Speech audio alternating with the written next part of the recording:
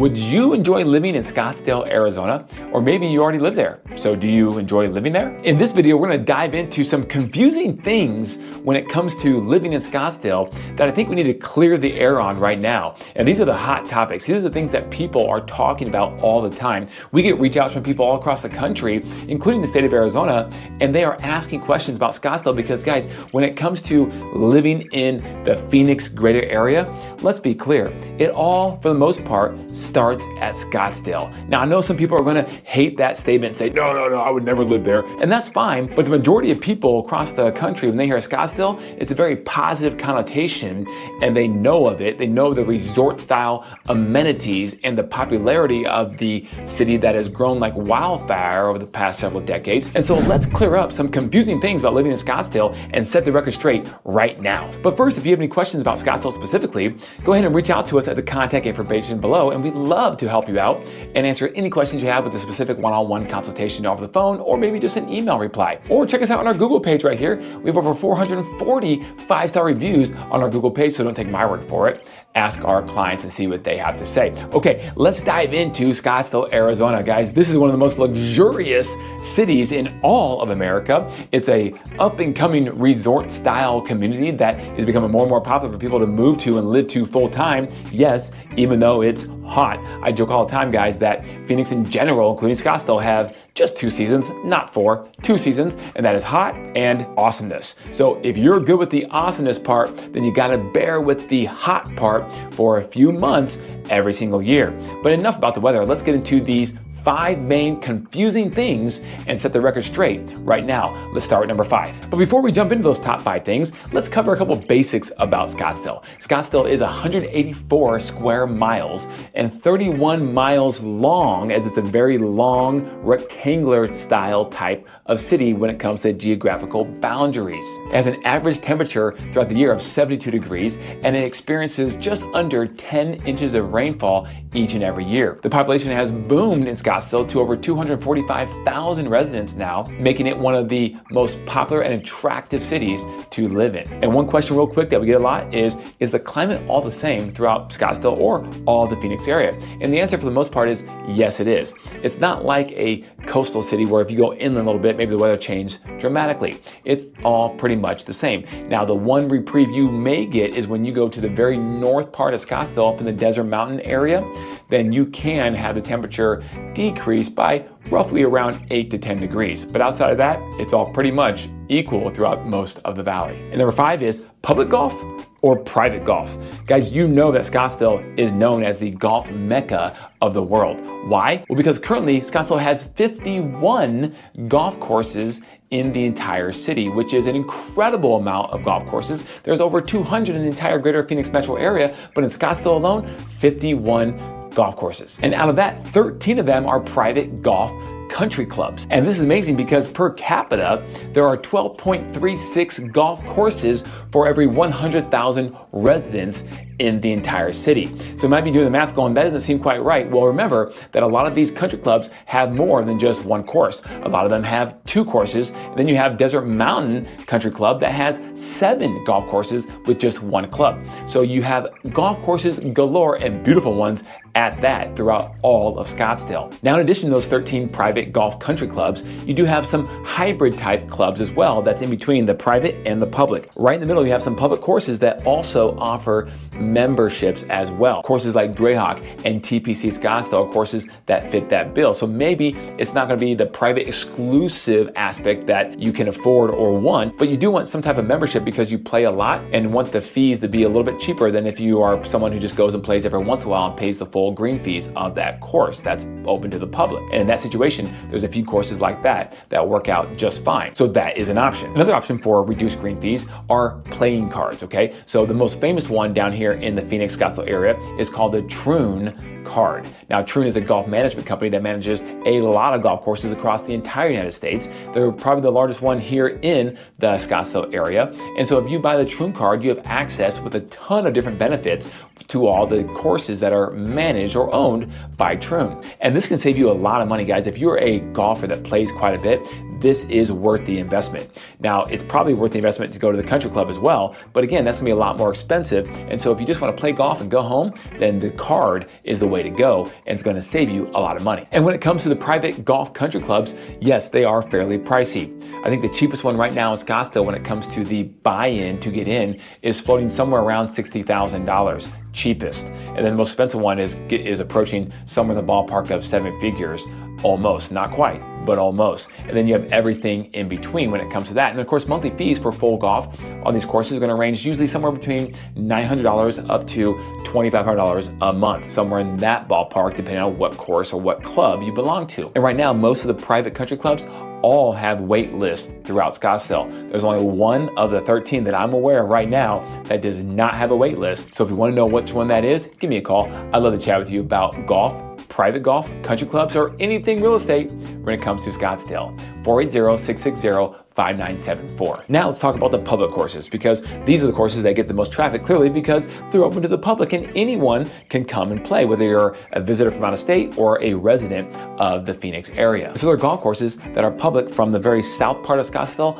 going all the way up through central Scottsdale, up to north Scottsdale, and everywhere in between. And believe it or not, a lot of those courses actually are fairly affordable. So green fees are going to vary a lot when it comes to Scottsdale golf. They're going to be a lot less in the summer and a lot more during the season, which the height of the season is January through March, and the shoulder seasons are April, May, and October, November, and December. So the green fees will increase between each 3 of those seasons for the most part when it comes to the high season, the shoulder season, and then of course the low season in the summertime. But the great news about that, guys, is that you get to play in the summertime, the off season, you get to play some of these courses that normally the green fees will be $300 or more in some cases during January, February, and March. You get to play those same kind of courses sometimes in July or August for $60 to $70, which is incredible. Now, granted, it is hot, but if you bring your sunscreen, you make sure you're hydrated the day before, you bring additional water, and of course a nice maybe safari bucket style hat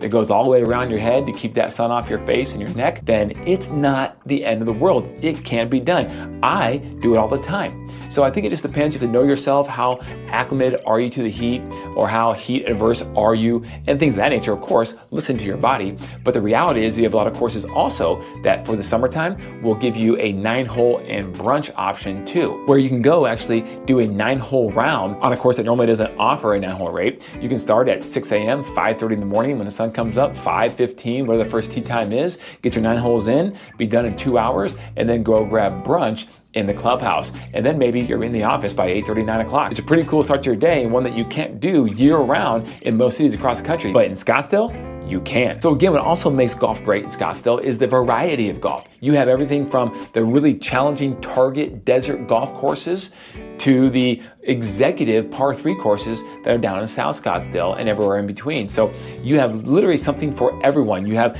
junior courses like at Starfire, where you can play 9 holes that are designed specifically for kids that are learning to play the game of golf. So there's a little bit of everything. You have driving ranges that are available to the public as well as some that are not. And so it just depends on what it is you're looking for, but you can find it when it comes to everything golf in Scottsdale, and that's why it's the golf mecca of the world. So confusing thing number 4 is going to be, where's all the new construction in Scottsdale? I don't understand it. I drive around, I see all these houses and developments, but I don't see hardly anything that's new. Well, you would be correct in that observation, because Scottsdale only has about 2 to 3% of all the land within its current borders available to be built on or developed at this time. It is landlocked. You have the Tonto National Forest to the north, you have other cities to the west and the south, and then you have the Maricopa County Salt River Native American Reservation to the east. And so Scottsdale doesn't have hardly that much more land to expand when it comes to new development, especially residential development. And so that being said, what you see when it comes to new construction, because there is some new construction in Scottsdale, you see a lot of small infill neighborhoods or subdivisions coming in. And we're not talking about just the one-off custom home, because that's happening too, where people are knocking down homes, building big custom homes homes on an acre lot, let's say, somewhere throughout Scottsdale. We're talking about parcels of small communities or subdivisions that might only be 6 lots, might only be 20 lots because they're smaller and they're infill projects throughout the city of Scottsdale because land is at a premium. So if you look at the map here, you can see the boundaries of the city of Scottsdale. You can see the different projects that are happening for new construction throughout the city of Scottsdale. You can see that Camelot is very active with properties like The Collection. They have Aura by Camelot Homes. They have Shadow Ridge as well. So Camelot Homes is a luxury semi-custom home builder that are building these nice luxurious homes on these lots in these small little communities that they're putting together when it comes to small parcels of land. You also have Wild Horse Estates by Pulte, located right there in central Scottsdale. And then as you go to the north, you can see the whole Story Rock area. So this is out by Tom's Thumb Trailhead, which is a iconic mountain as part of the McDowell Mountain Range. And you can see a lot of new build community is happening out here because this is where most of the land is still left to build on. The biggest subdivision out here is called Story Rock. And Story Rock has 4 different builders. They have David Weekley, they have Rosewood, they have Shea Homes, they have Taylor Morrison. So Story Rock is beautiful, set out in the desert, bordering a lot of natural preserve and desert land. So a lot of the views you're gonna get out there are gonna be beautiful, whether you're in Story Rock or whether you're in any of the other communities that are being built right around there. Communities such as Sereno Canyon by Toll Brothers or Ranch Gate Estates by Toll Brothers as well. As you can see, Toll Brothers is pretty active as well with the reserve at Black Mountain as you go to North Scottsdale. Now, Toll Brothers is very similar to Camelot. It's semi-custom, more of a luxurious style builder, and that's what you get a lot of in Scottsdale because that's what Scottsdale demands when it comes to luxury living. So outside of these small little communities that are building luxurious homes, so there's still a good amount of inventory at these developments that I just mentioned throughout Scottsdale. So that's something that you definitely could jump on,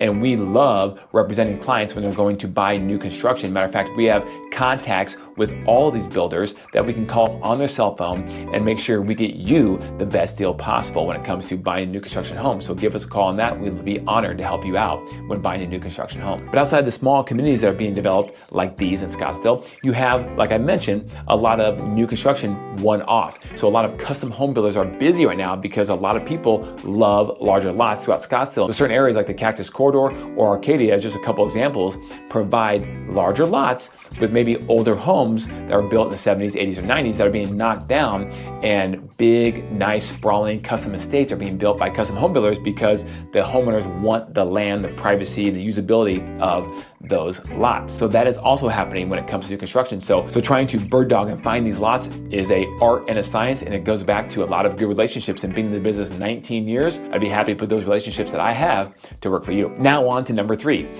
HOA versus no HOA. Okay, first of all, what is an HOA? Homeowners Association. Ooh, that just struck a nerve on some of you guys because I know HOAs do that.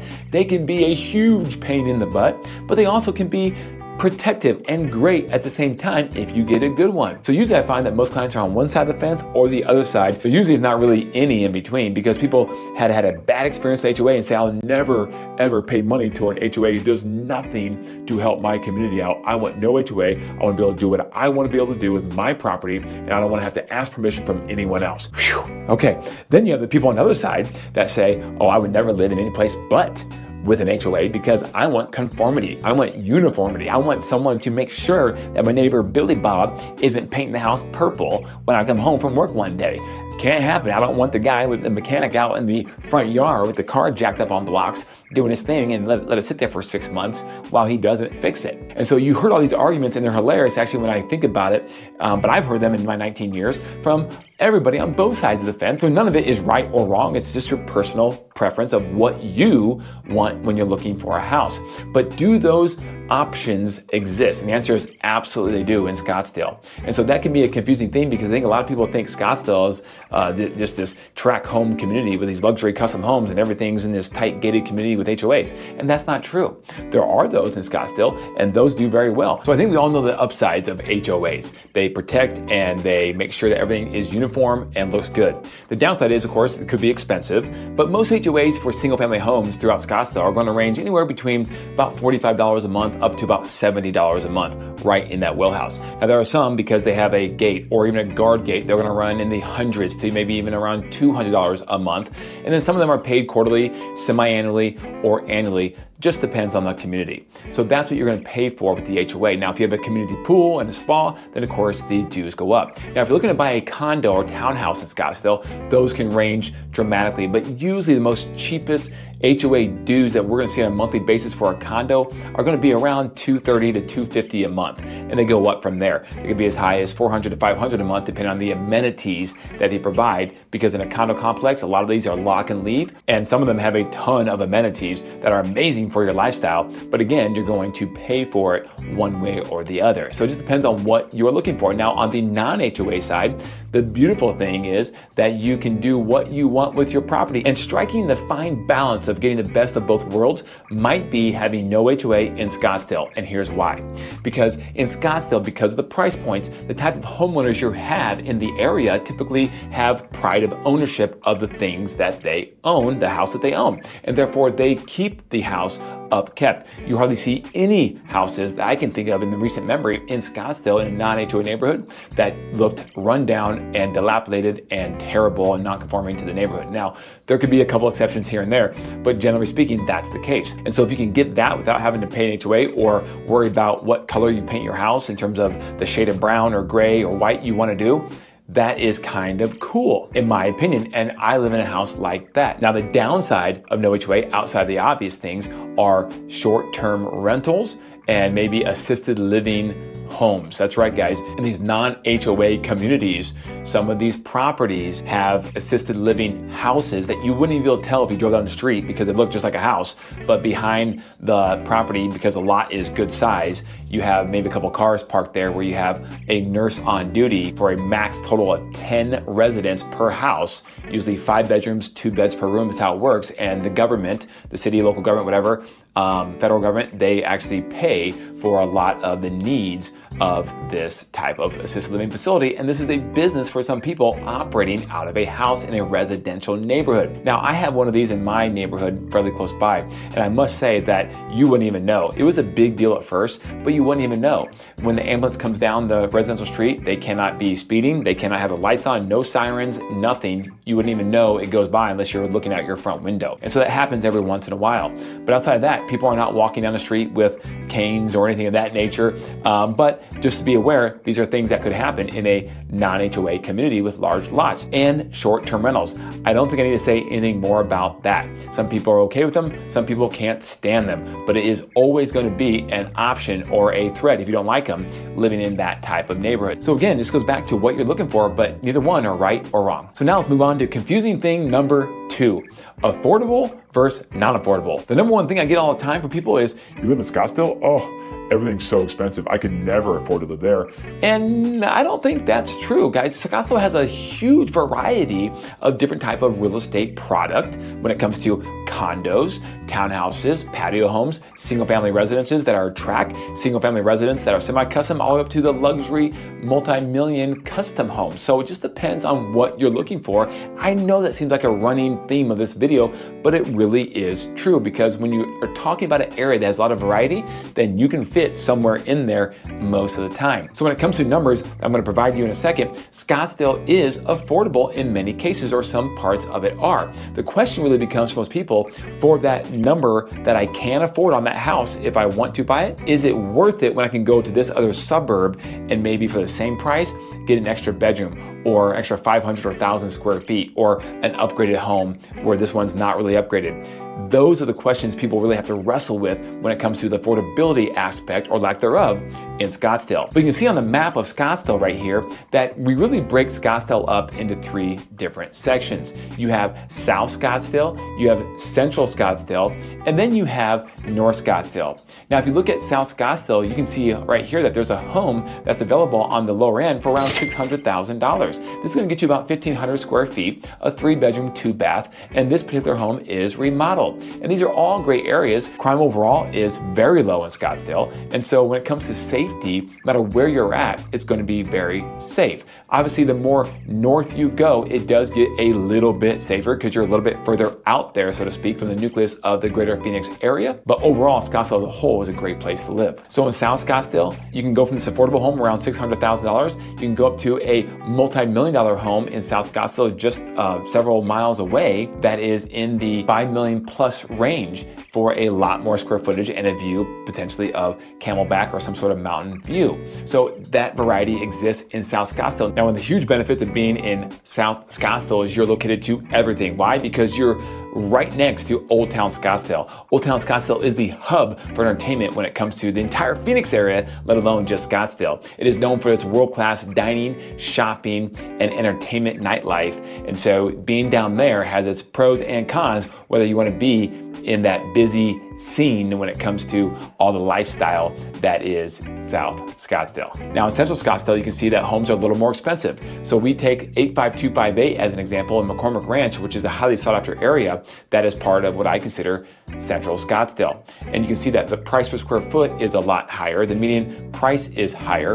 And it depends again what you're looking for in Central Scottsdale, because Central Scottsdale offers tract home communities. It offers large lot non-HOA communities, and it offers communities that have quarter-acre lots and a third-acre lots that are super well located right in the heart of Central Scottsdale, accessible to almost everything from down to Old Town Scottsdale to the south, to Kierland Commons, Scottsdale Quarter, just right there to the north, and then the 101 interstate that gets you all around the valley right there, down to the airport, downtown Phoenix, the East Valley, wherever it is you're looking to go. And then overall, you go to North Scottsdale. North Scottsdale is really everything, in my opinion, above Thompson Peak or Pinnacle Peak Road, north up to Carefree Highway. And then in this area of town, you're going to get a lot different of a look and feel of communities. Why?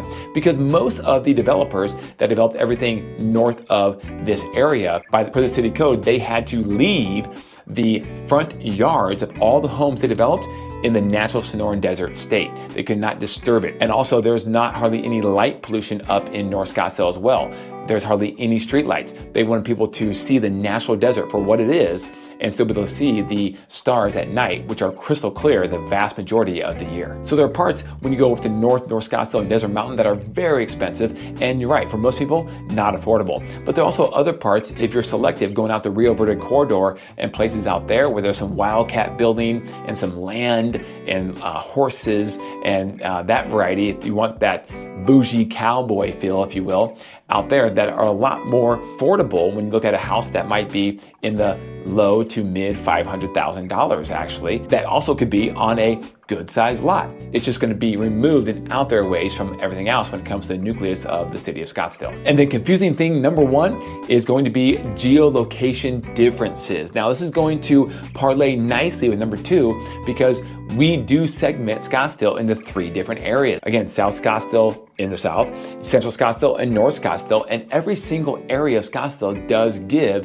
a little bit different of a vibe, a different feel. So it depends on what lifestyle you want to live, where your employment may be. And you can almost kind of chunk it down by age. For the most part, you're gonna look at a younger demographic being in South Scottsdale. In Central Scottsdale, you're gonna have that middle-aged professional with families being in that area primarily. And then in North Scottsdale, primarily gonna have a lot more snowbirds, retirees, maybe families, but with grown children, things of that nature. So it just kind of depends on the style overall you're looking for, the landscape you want to see. You're gonna see more mountain views up in North Scottsdale, more natural desert up in North Scottsdale, but you're gonna have more entertainment in South Scottsdale. And in Central Scottsdale, you're gonna get a little bit of both, because you have a lot of world-class shopping in Central Scottsdale, and dining for that matter, and you're right in the middle between both ways. So if you wanna have a more relaxing evening out, you might head north. If you wanna have a more of a robust, upbeat evening out, you might head down south. But either way, you can't go wrong. It just depends on what you're feeling. Are you feeling frisky,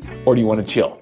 Your choice. I don't know what type of person you are, but I'd love to find out. Go ahead and give me a call, 480-660-5974. I love to chat with you about your specific situation and everything Scottsdale, guys. I've personally lived in Scottsdale now for 20 years, and I absolutely love it. We have a family, we're raising our kids here, and we couldn't be more happier to see what Scottsdale's gone through over the past 20 years, the transformation that's taking place, and where it's going overall. We love it, And we would love to share more about that with you if you want to give us a call or hop on a Zoom. So please feel free to subscribe, smash the button, like us, and get us out to more and more people who can enjoy our content. You can check us out on Instagram at Kelly Cook Homes. We put out daily content for your education and enjoyment. And to see other videos of this amazing city of not just Scottsdale, but Phoenix in general, check out our playlist right here. Oh, don't forget to call me. Call me.